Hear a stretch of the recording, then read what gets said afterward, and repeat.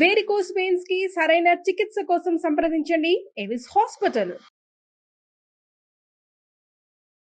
నమస్తే రమగారు. నమస్తే జయ. రమగారు, తమలపాకు చెట్టు ఇంట్లో పెంచుకుంటాం కదా, దాన్ని దైవ సంభూతిగా అంటే ఇప్పుడు తులసి మొక్కకి మనం ఎలాంటి ప్రాధాన్యత ఇస్తామో అలాంటి ప్రాధాన్యత ఇవ్వాలా, లేకుంటే తమలపాకు చెట్టుని మిగిలిన మొక్కల్లాగానే చూసుకోవచ్చా? ఎందుకంటే మా ఇంట్లో ఉంది రమగారు, నేను కొన్ని ప్రశ్నలు విన్నా. ఎప్పుడు పడితే అప్పుడు తమలపాకులు తెంచకూడదని, కొయ్యకూడదని, దేవునికి మాత్రమే నైవేద్యం పెట్టాలని, తీసుకొని మనం నోట్లో వేసుకోకూడదని. తమలపాకులు వేసుకోరా? నాకు అర్థం కాలేదు రమ్మగారు. ఒకవేళ పెంచేటప్పుడు అలానే చెయ్యాలా? కాదు జయ, ఎలా అంటే ఇవన్నీ పిచ్చలు ప్రబలిపోవటం అంటారు దీన్ని. సరిగ్గా చెప్పాలంటే అంతే. తమలపాకు ఇప్పుడు మనకి దేశమంతా అన్ని ఊళ్ళలోనూ నర్సరీలు వచ్చేసినాయి. ప్రతి చోట ప్రతి మొక్క దొరికే అవకాశం వచ్చింది. ఇళ్ల దొడ్లల్లో, వరండాల్లో, వాకిళ్లల్లో పెంచుకునే మొక్కలు వేరేగా ఉండేవి.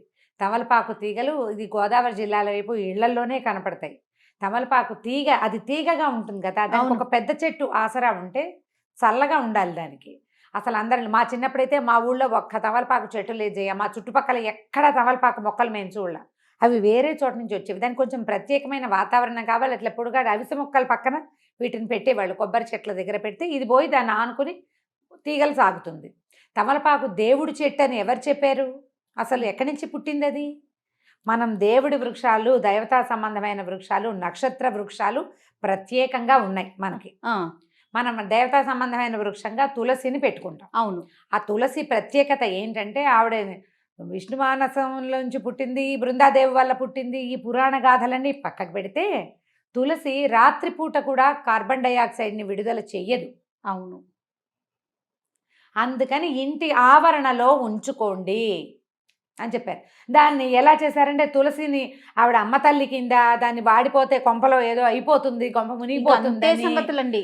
ఏమిటేమిటో పొట్టు. మనం ఏంటంటే విషయాల్ని కాంప్లికేటెడ్ చేసేసుకుంటాము. ఏదైనా చిన్న విషయం తెలిస్తే అట్లా అట్లా అట్లా చిలవలు. ఎలా అంటే చూడు జయ, 25 ఏళ్ల క్రితం కట్టిన గుడి కొత్త గుడి, 1500 సంవత్సరాల క్రితం కట్టిన గుడి పురాతనమైన గుడి. ఈ రోజుకి ఒక 100-150 ఏళ్ళు పోతే మొన్న మాకు కట్టిన గుడి అంటే మన ఇంటి పక్కన జస్ట్ స్థలం బాగుందని ఏర్పాటు చేసినటువంటి గుడి పురాతన దేవాలయం అయిపోతుంది. అంతే కదా. దానికి ఒక స్థల మహాత్యం వచ్చేస్తుంది. అంతే కదా. అవునండి. ఇవి కూడా అంతే. మనకేంటంటే సోషల్ మీడియా వల్ల అక్కర్లేని విషయాలన్నీ ప్రచారం అవుతాయి. ఎంత అవసరమో సోషల్ మీడియా మనకి, నిజంగా అంత అనవసరం. మనం ప్రతి విషయాన్ని చిలవలు పలవలుగా విని విని విని విని ఎవరో ఒకళ్ళు ఏదో ఒకటి చెప్తుంటారు. ఎవరికి తోచింది వాళ్ళు చెప్తారు. మీరు సాధారణంగా ఆలోచించండి. కొన్నేళ్ల క్రితం మనం ఏం చేసేవాళ్ళం? ఏదైనా పండగలప్పుడు, పూజలప్పుడు దేవుడికి తాంబూలం ఇవ్వాలి. తాంబూలం అనేది ఒక సేవ. ఆయనకి భగవంతుడికి షోడశోపచారాల్లో తాంబూలం ఒక సేవ. తాంబూలం దేవుడికి పెట్టి ఆ తాంబూలం ఇంట్లో ఉన్న వాళ్ళు గృహస్థు వేసుకోవాలనేది నియమం. ఇప్పుడు వేసుకున్నామా లేదా కదా? అవును కదా. అది కాకుండా నిత్యము తాంబూల సేవనం చేసేవాళ్ళు ఇప్పుడు మనం మానేసుకున్నాం. అసలు మా వాళ్ళల్లో అయితే ముత్తైదు అంటే రోజు తాంబూలం వేసుకోవాలని నియమం చేయ. మధ్యాహ్న భోజనం అయ్యాక ఖచ్చితంగా ఆడవాళ్ళు తాంబూలం వేసుకోవాలి. ఎందుకో చెప్తాను. దానికి సున్నం రాసి వేసుకుంటే కాల్షియం గెయిన్ అవుతుంది. సున్నం ఒట్టిగా తినగలమా? తినలేకపోతాం. తాంబూలంతో తీసుకోగలుగుతాం. ఆడవాళ్ళకి కాల్షియం అవసరం. ఇదివరకు పురుళ్ళు ఎక్కువ కాదు. అవును. ఇళ్లలో పనులు ఎక్కువ, ఎముకలు అరిగిపోతాయి. మగవాళ్ళకి తాంబూల చర్వణం ఉండేది, ఆడవాళ్ళకి ఉండేది. ఇప్పుడు మనం చూసినట్టు పాన్లు ఎక్కడ పడితే అక్కడ దరిద్రంగా ఉమ్మేస్తారు, చెత్తలు తిని. అవి కాదు, దానికి ఒక ప్రత్యేకమైన పద్ధతి ఉండేది. రసం మింగేసి తమ్మ ఉమ్మేయాలి. ఆకు మింగకూడదు. మింగరు, ఊట మింగుతారు. అది ఉమ్మేయాలి. దానికి ఇళ్లలో, వాకిళ్లలో ఒక పక్కన ఇలా ఎక్కడ పడితే అక్కడ రోడ్ల మీద తిరిగేవాళ్ళు కాదు కదా, నియమాలు ఉండేవి.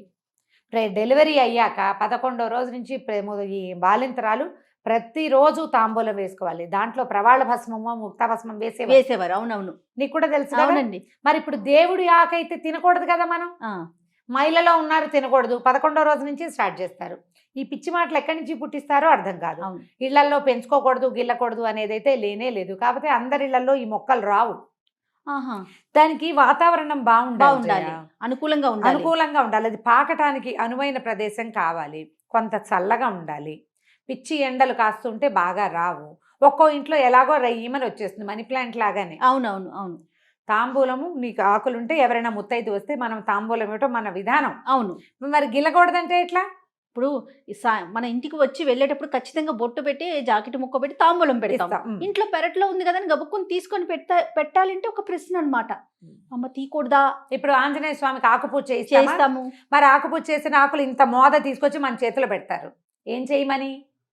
పారేయమనే కాదు కదా. నిర్మాల్యంగా దాచుకోమనే కాదు. తలా ఒక 4 ఆకులు ఇస్తే కాస్త సున్నం రాసుకుని వేసుకుంటారు.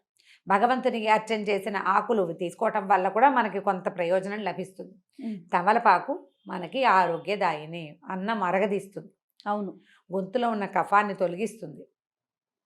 తర్వాత అది ఏంటంటే ఒక విలాసవంతమైన వ్యవహారం కూడా. దంపతులు తాంబూల చరవణం చేస్తూ ఉండటం అనేది ఒక విలాసం. దాన్ని తీసుకెళ్లి దైవ సంబంధాలలాగా అంటకట్టి చేస్తే ఎట్లాగమ్మా? పిచ్చి. అంటే భగవంతునికి వాడతాం కాబట్టి దాన్ని ఇంకా దైవ సంభూతంగా భావించేస్తున్నారు కదా. దైవ సంభూతం ఎట్లా అవుతుంది? నువ్వు పెళ్లిళ్లలో తాంబూలాలు పుచ్చుకోరా కదా? పుచ్చుకుంటారు కదా. పెళ్లిళ్లలో తాంబూలాలు పుచ్చుకుంటారు, పేరెంటాలకు వెళ్తే తాంబూలం ఇస్తారు, ఆడవాళ్ళు తాంబూలాలు వేసుకుంటారు, మగవాళ్ళకి ఇళ్ళీలు వేసుకుంటారు. దేవుడికి పూజ కూడా చేస్తాము. ఒక ఆంజనేయ స్వామికి తప్పితే ఎవ్వరికీ తమలపాకులతో అర్చన చెయ్యం. అవును, ఆయనకి ప్రీతి చల్లగా ఉంటుంది తమలపాకుల తోటలో. ఆ చల్లదనానికి ఆయన అక్కడ ఉంటాడని చెప్తారు, ఆయనకి ఇష్టమని. దీని దైవాంశ సంభూతంగా భావించి అది ఉంటే సిరి వస్తుంది, అది ఉంటే గ్రహపీడ ఉండదు, ఇలాంటివి మాత్రం నేను వినలేదు, నాకు నమ్మకం లేదు. గ్రహపీడలు అవన్నీ కూడా ఆకుల వల్ల వేటి వల్ల రావు. మన తాలూకు గ్రహాలు మనం పుట్టిన సమయంలో గ్రహాల ఎట్లా ఉన్నాయో దాన్ని బట్టి మనం పెరుగుతున్న కొందికి గ్రహాల ఆనుకూల్యతో ప్రతికూలతో పెరుగుతుంది. అవునవును. మనం వాటి నుంచి తప్పించుకోవాలంటే నీ బుద్ధి మారాలి, నీ విధానం మారాలి. మీ ఇంట్లో ఓ చెట్టు ఉంటే మారదు. ఆ చెట్టును నువ్వు సంరక్షిస్తే చెట్టుని సంరక్షించిన ఫలితం లభిస్తుంది నీకు. అంతే. గ్రహాలు మారాలంటే గ్రహానికి సంబంధించింది ఏదైనా చెయ్యాలి. మీరు అన్నట్లు బుద్ధి కదా మార్చుకోవాలి. భగవత్ సేవ చేయి, భాగవత సేవ చేయి, భక్తులను సేవించు, గురువుని సేవించు, దేవాలయాలకు వెళ్ళు, పరిసరాలు శుభ్రంగా ఉంచు, ఇతరులతోటి సౌమనస్యంగా ఉండు. పూర్వజన్మ కర్మల వల్ల వచ్చిన ఇబ్బందుల్ని అధిగమించేందుకు ఈ జన్మలో సరైన విధానం పాటించు. మొక్కలు పెడితే రాదు, అది నీ లోపల ఉండాలి. కానీ ఎలా ఎంత దాకా ఆలోచిస్తున్నారంటే రమ్మగారు, ఈ మొక్కల్ని కూడా ఎటువైపు పెట్టుకోవాలి, ఏ బాల్కనీలో పెట్టాలి, ఏ వైపు బరువు ఉండాలి, అది నియమం చేయాలి. ఇప్పుడు మనం ఇండిపెండెంట్ ఇళ్లలో పాతకాల పెళ్లిలో తూర్పు వైపున ఈ మొక్కలు ఉండకూడదు అంటే కాదు. అవి పొద్దుటి వాటి నుంచి వచ్చే గాలి ఏ సమయంలో వస్తే మంచిదో, అది ఏ పక్క నుంచి వస్తే మంచిదో ఆ వాస్తు లెక్కలు వాటిని మనం కాదనిలేం చేయ. చాలా పొరపాటు, అవి నిజం. ఇప్పుడు నువ్వు అపార్ట్మెంట్లో ఉన్నావు, అపార్ట్మెంట్లో రావి చెట్టు పెట్టుకో, రావి చెట్టు వాకిట్లో ఉండాలి. లేదా మన దత్తాత్రేయ స్వామి వారు ఉంటారు, ఔదుంబర వృక్షం. ఆ ఔదుంబరం మహాద్భుత వృక్షం. అంటే అది ఎక్కడైనా ఒక చోట దాని అంతటా అది మొలిస్తే అక్కడ దత్తాత్రేయ సాన్నిధ్యం ఉంటుందని నమస్కారం చేసుకోవాలి. ఆ చెట్టును నువ్వు ఇంట్లో పెంచుకుంటానంటే ఎట్లా కుదురుతుంది? అపార్ట్మెంట్లో అది పెంచలేం కాబట్టి దాన్ని బోన్సాయి చేస్తానంటే, మహావృక్షంగా ఎదగవలసిన చెట్టుని నువ్వు మరుగుజ్జు చెట్టుగా చేసినందుకు ఎంత పాపం వస్తుందయా. ఒక చెట్టు ఎంత గాలినిస్తుంది, ఎన్ని పక్షులకి ఆవాసంగా ఉంటుంది, ఎంత ప్రకృతిని శుద్ధి చేస్తుంది. దానికి అవకాశం లేకుండా నువ్వు ఇంత బోన్సాయిని చేసి ఇంట్లో పెట్టుకుంటావు. ఆ బోన్సాయి చెట్టు కింద కూర్చుంటాడా దత్తాత్రేయ స్వామి వారు? కూర్చుంటానికి అవుతుందా? ఏమిటి చెప్పు, పిచ్చిలు కాదు. అదేనండి, ఒకరి నుంచి ఒకరికి అంటే స్వధర్మే నిధనం శ్రేయ అన్నాడు కృష్ణుడు. మన ధర్మంలో ఉండండి. మన పూర్వీకులు ఈ భగవత్ విషయాల్లో ఏం చేశారో అది చేయండి. ఎవరెవరెవరెవరో ఏమేమో చేస్తారని అవన్నీ మన నెత్తి మీద ఎందుకు పూసుకుని కాంప్లికేటెడ్ చేసుకుంటాము మనం? అవును. తమలపాకు చెట్టు మీ ఇంట్లో పెంచుకోవాలని సరదాగా ఉంటే లక్షణంగా పెంచుకోండి. దానికి పెరగటానికి అనువైన వాతావరణం, పక్కన ఇంకో పెద్ద చెట్టు ఉంటే ఇది పోయి దాన్ని ఆనుకుని దాని మీద చక్కగా చిలువలు పల్లవలుగా వెళ్ళి చేస్తుంది. 2 ఆకులు తుంపుకోండి, దేవుడికి పొద్దుటిపూట తాంబూలం పెట్టుకోండి. ఆ ఆకులు నిర్మాల్యంతో సహా పారేయకుండా నోట్లో పడేసుకోండి భోజనం తర్వాత. ఎన్నో ఆయుర్వేద ఫలితాలు కూడా చాలా ఆరోగ్య ఫలితాలు ఉంటాయి. జలుబుగా ఉంటే 2 ఆకుల్ని నీళ్ళల్లో వేసి మరిగిచ్చి ఆ నీళ్లు తాగండి. తమలపాకు టీ ఎక్సలెంట్గా ఉంటుంది. చంటి పిల్లలకి కఫం ఉంటే 2 ఆకులు కొంచెం నూనె రాసి పొయ్యి మీద చూపిస్తే మెత్తగా అయిపోతాయి. పిండేసి ఇంత రసం, ఇంతే నేను వేలు చూపిస్తున్నాను, మళ్ళీ పొరపాట్లు చేయకుండా. ఒక పావు చెంచా రసం, ఒక చిటికెడు పంచదార కలిపిస్తే ఫ్లమ్ అంతా బయటకు వచ్చేస్తుంది.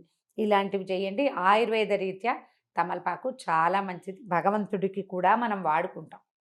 గిల్లి శుక్రవారం, శనివారం, మంగళవారం ఏ తప్పు దానికి లేదు.